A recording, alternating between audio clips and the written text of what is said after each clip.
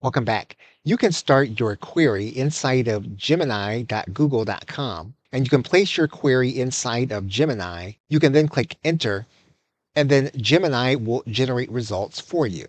At the end of your results, you will then have the ability to double check your response with Google search.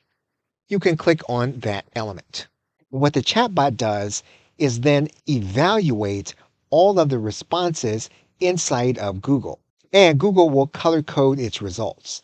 So you can go back based on search and you can find other results inside of the chatbot query.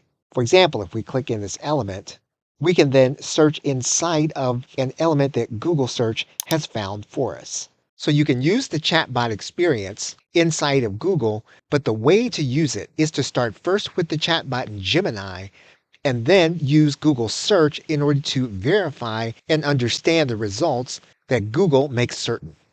Okay, so with that, thanks, and I will see you in another video.